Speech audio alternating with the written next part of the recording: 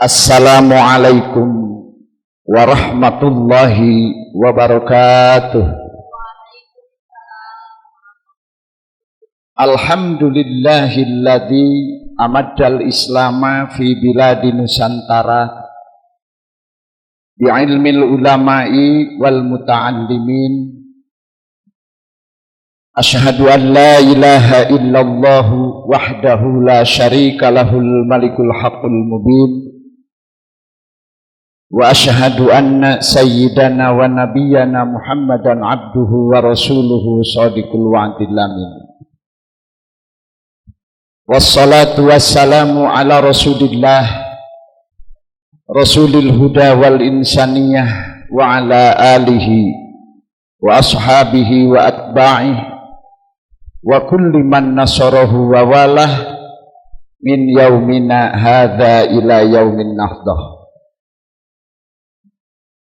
Allahumma aikid qulubal ulama'i wal muslimin min naumi ghaflatihimul amiq wahdihim ila sabilir rasyad.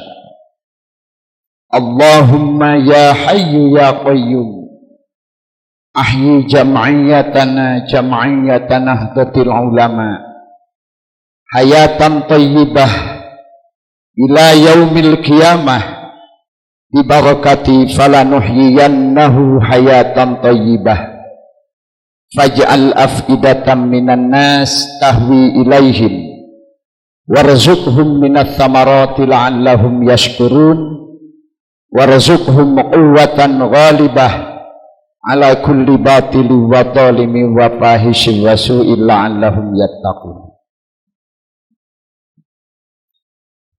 Hadratul kiram, para alimil ulama, para zuama, wa alal akhos, Bapak Wakil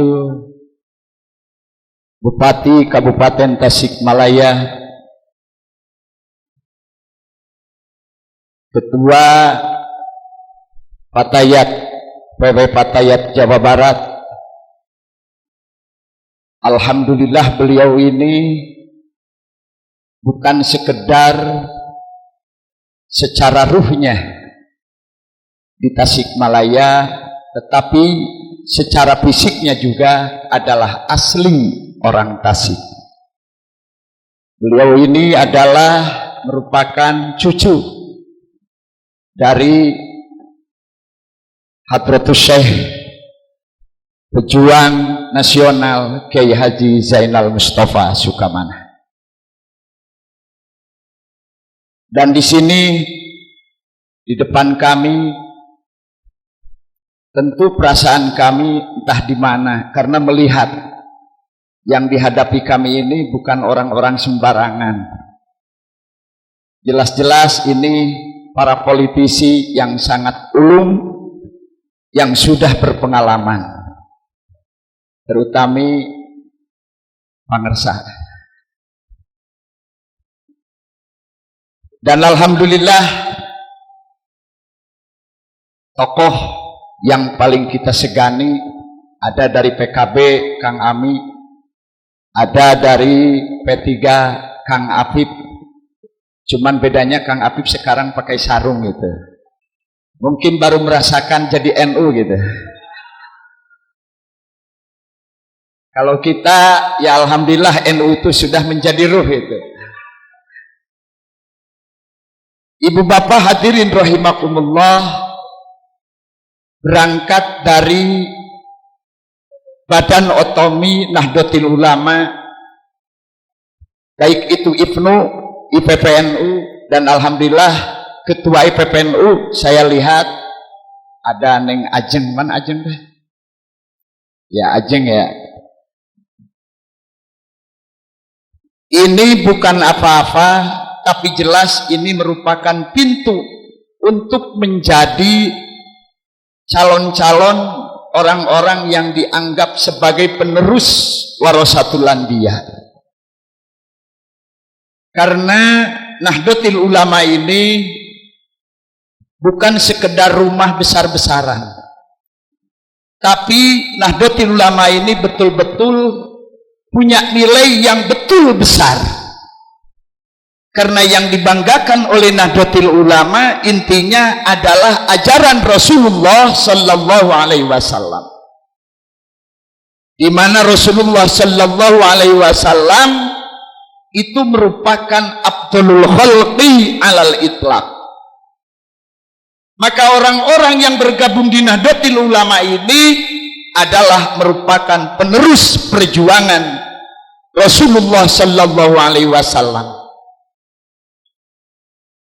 Apa yang menjadikan dasar? Karena yang menjadikan dasar Nahdlatul Ulama adalah Ahlus Sunnah wal Jamaah. Kalau kita lihat dan kita meneliti konsep daripada Ahlus Sunnah wal Jamaah itu adalah hum salaful ummah minas sahabati wat tabi'in wa kullu man nahaza min jahdis salaf. Ulangi,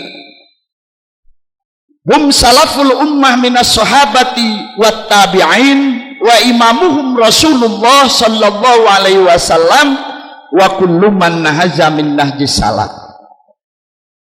Bahwa Ahlussunnah wal Jamaah ini adalah leluhur-leluhur di kalangan salaful ummah, baik itu di kalangan sahabat, tabi'in dan seterusnya. Yang menjadikan pucuk kepemimpinan Ahlussunnah wal Jamaah itu adalah Rasulullah sallallahu alaihi wasallam dan orang-orang ulama-ulama yang meneruskan perjuangan Rasulullah yang kita kenal dengan istilah ulamaul mujtahid. Maka setelah Rasulullah sallallahu alaihi wasallam, bukan kita kembali kepada khilafah, tapi kembali kepada nilai-nilai para ulama. Kita sadar dengan ada kalimat al-ulama warasatul anbiya, bahwa ulama itu adalah pewaris para nabi. Maka kita tanya, apa yang diwariskan oleh Rasulullah?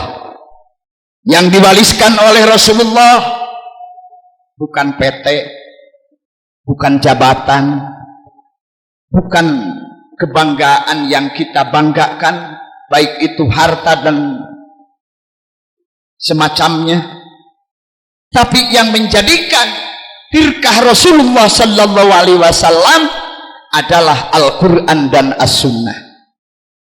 Sabda Rasul sudah jelas, taraktu fiikum amrayni in tamassaktum bihima lan tadillu abada.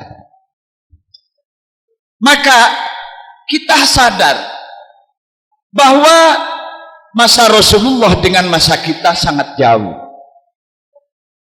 Maka untuk memahami tentang al-Islam yang diambil dari pokoknya Quran dan Sunnah, kita tidak bisa seperti sahabat, kita tidak bisa seperti tabi'in, karena kita tidak ketemu dengan Rasulullah sallallahu alaihi wasallam. Tapi kita membutuhkan penjelasan-penjelasan melalui dasar-dasar daripada para ulama. Maka inilah yang kita kenal dengan istilah Ahlussunnah wal Jamaah An-Nahdiyah, yang merupakan nisbat dari kata Nahdlatul Ulama dinisbatkan menjadi Nahdiyah. Maka kesempurnaan di Nahdlatul Ulama karena ada Ahlussunnah An-Nahdiyah. Maka dengan berdirinya badan otonomi Nahdlatul Ulama, ada yang disebut dengan Fatayat. Itu sejajar kalau laki-lakinya, mudakarnya adalah yang disebut Ansor mungkin ya, Ansor. Kalau di bawah Fatayatnya itu ada yang disebut dengan IPNU dan IPPNU. Itu semuanya mengacu terhadap pendidikan, terhadap ajaran. Maka ajaran apa yang kita pegang? Kita kembali kepada substansi dari Ibnu Malik ada kalimat wajrur awin sibtabi alladhi khofad kamubtagi jahin wa malan manahad. Dua hal yang kita harus miliki. Pertama adalah wajrur, berarti punya akhlakul karimah. Dengan istilah at-tadallulu wat tawadhu. Jadi punya akhlak yang terpuji. Kemudian cara fikrah, cara berpikir, cara girohnya, kita punya insib nasab, yaitu punya nilai keistiqomahan. Siapa yang akan menjadi kekuatan dalam pemikiran yang benar? Apa yang menjadikan kekuatan untuk berpikir secara lurus? Yaitu karena punya yang disebut dengan sumber daya manusia, yaitu ilmu. Maka ilmu yang kita miliki di Nahdlatul Ulama bukan sekedar hanya memahami tentang Quran dan Sunnah saja, tapi harus paham dengan kaidah-kaidah yang diberikan oleh para ulama. Maka insya Allah Fatayat yang lahir sekarang ini insya Allah pada prinsipnya telah mengenal yang disebut dunia pendidikan pondok pesantren. Karena pondok pesantren yang kita miliki khususnya di Kabupaten Tasikmalaya benar-benar masih mengacu terhadap ajaran Ahlus Sunnah wal Jamaah An-Nahdiyah, karena di dalamnya masih menguatkan yang disebut Kutubut Turas. Ibu bapak hadirin rahimakumullah, maka Fatayat ini merupakan suatu organisasi yang dikatakan dengan istilah politik kebangsaan. Organisasi itu politik kebangsaan, maka Fatayat pun politik kebangsaan. Jadi kita orang yang sadar terhadap kehidupan, maka tidak lepas dari berpolitik. Maka ketika berpolitik, kita jangan macam-macam. Kita kembali kepada konsepnya Ibnu Malik, yaitu kullu fi'lin yakunu fihi nasu aqraba ila shalah wa ab'ada 'anil fasad wa illam yadahu Rasulullah sallallahu alaihi wasallam wala nazala fihi. Yaitu setiap pekerjaan di mana pekerjaan kita, harokah kita, gerakan kita itu menunjukkan kepada aslaha, artinya membawa kemaslahatan, wa aqraba wa ab'ada 'anil fasad, dan juga menjauhkan dari berbagai kerusakan-kerusakan. Maka di sini Nahdlatul Ulama alhamdulillah bukan sekadar cerdas, pinter dalam beragama, tapi cerdas dan pinter dalam segi mengatasi dalam hidup dan kehidupan. Sehingga lahirlah di Nahdlatul Ulama dengan istilah Islam secara kafah. Maka kekafahan di Nahdlatul Ulama bukan hanya sekedar urusan ukhrawi, tapi sekalipun urusan duniawi ini adalah merupakan bagian substansi kita. Kalau kita istilah mengambil dari Profesor Dr. Kiai Haji Said Agil, nahnu ashabul haq. Kita sekarang ini pengikut agama yang hak. Al-haqqud diniyah wal haqqul watoniyah. Benar dalam beragama dan benar dalam berbangsa. Jadi artinya tidak pincang antara urusan dunia dan urusan akhirat. Kalau tadi Nahdlatul Ulama dianggap sebagai politik kebangsaan, maka kepada pengikut politik praktis harus mengikuti NU gitu ya. Harus mengikuti nilai-nilai yang sifatnya membawa kemanfaatan, kemaslahatan. Dengan istilah para ulama, taqdimul maslahatil ammah alal maslahatid datiyah. mengedepankan kepentingan umum daripada kepentingan pribadi. Yang kedua, jelas Islam dengan kebangsaan tidak bisa terpisahkan. Saya ketika ngaji di Sukahideng, kira-kira tahun 85, pernah sudah belajar diberikan istilah hiwar atau percakapan bahasa Arab dengan judulnya yaitu Al-Islam wal Wataniyah, Islam dan kebangsaan. Dengan ungkapannya, yadunnu ba'dun nasi annal islama yunafil wataniyah au annal wataniyah laisat min ta'alimil Islam.